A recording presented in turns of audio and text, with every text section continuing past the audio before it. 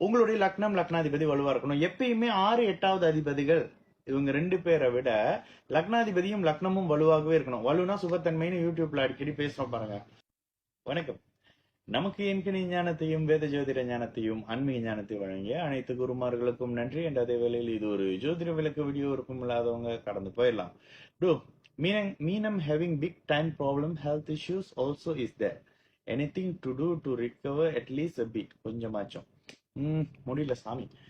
Okay, மீனம் அப்படின்றது ஒட்டுமொத்த மீனமும் ப்ராப்ளம்ல இருக்கிற மாதிரி ஒரு பிம்பங்கள் இருந்தாலும் இப்ப செலவுகளே மீனத்துக்கு அதிகமாக இருக்கு. தசாபுத்திக்கு ஏத்த மாதிரியான விஷயங்கள் இருக்கு. சரி, நேரடியாக ஒரு விஷயத்துக்கு வந்துடுறேன். ஹெல்த் ப்ராப்ளம் வருது, ஹெல்த் இஷ்யூ வருது அப்படின்னாலே நேரடியாக உங்களின் லக்னத்துக்கு 6ஆம் பாவகம் 6வது வீட்டுக்கு வந்துருங்க. 6வது பாவகத்துல இருக்கிற பிளானட் தசா புத்தி அந்தரம் பிராணன சூட்சமம் இப்படின்னு ஏதாவது ஒண்ணு பண்ணும் பொழுதுதான் உங்களுக்கு நோயை கொடுக்கும். இல்லையா 8வது அதிபதி 8வது வீடு இது மாதிரியான தன்மைகள்ல இருக்கும். இப்ப விரய சனி வேற என்ன பண்ணும்? ஹெல்த்னால உங்களுக்கு விரயத்தை பண்ணிட்டு இருக்கும். ஜோசியம் ரொம்ப ரொம்ப ரொம்ப ஈஸியான ஒரு விஷயமா, அது நீங்க புரிஞ்சுக்கிற வகையில தான் பலன் வரும். அது உங்களுக்கு சில விஷயங்கள் புரிஞ்சுன்னா அப்படியே டக் டக் டக் அப்படின்னு பாப்பீங்க. ஆக்சுவலா அதுதான் இது எல்லாத்துக்கும்.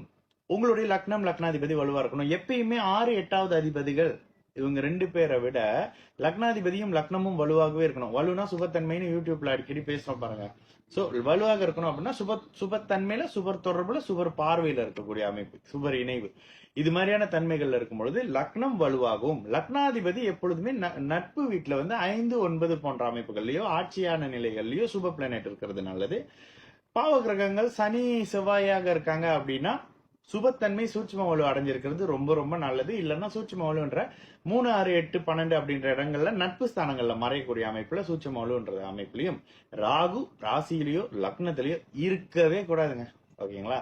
இப்ப மேஷத்துல ராகு இருக்காரு. ஒரு பதட்டங்கள் நீங்கி இப்பதான் அந்த ராகு சுபத்தன்மை ஏற்படுத்தி மேஷ ராசிக்காரங்க ஒரு அளவுக்கு தெளிவை நோக்கி நகர்ந்துகிட்டு இருக்காங்க. அடுத்ததான் மீனத்துக்கு தான் வரப்போறாரு. எப்போ அக்டோபருக்கு பிறகு மீனத்துல வரப்போறாரு. ஒரு ராசிக்கு இந்த பக்கம் ஒரு இருட்டு இந்த பக்கம் ஒரு இருட்டு உங்களை மீனத்தை அப்படின்னு நசுக்குது. அதனால நீங்க ஆக்சுவலி பயப்படுறீங்க, பதற்றப்படுறீங்கன்றதுதான் உண்மை. ராசின்றது சந்திரன் எப்பொழுதுமே. ஓகேங்களா? இது எல்லாத்தையும் சரி பண்ணி நீங்க மீண்டு வருவீங்களா இல்லையா? உங்களுடைய லக்னம் லக்னாதிபதியும் தசாபுத்தி அமைப்புகளும் புட்டு புட்டு புட்டு புட்டு வச்சிரும். இதன் அடிப்படையில தான் ஜோசியம் பாக்குறேன். சோ இப்படிதான் ஜோசியம் பார்க்கணும். இதுலதான் சில 6வது அதிபதி உங்களுக்கு நோய் கொடுத்துட்டாரு, கடனை கொடுத்துட்டாரு, பிரச்சனை கொடுத்துட்டாரா, அதை 11வது அதிபதி தீர்த்து வைப்பார்.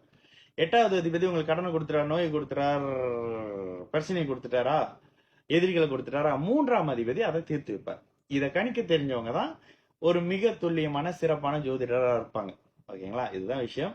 உங்க ஜாதகத்துல செக் பண்ணி பாருங்க, நல்லது நடக்கும். எல்லாரும் நல்லா இருப்போம்.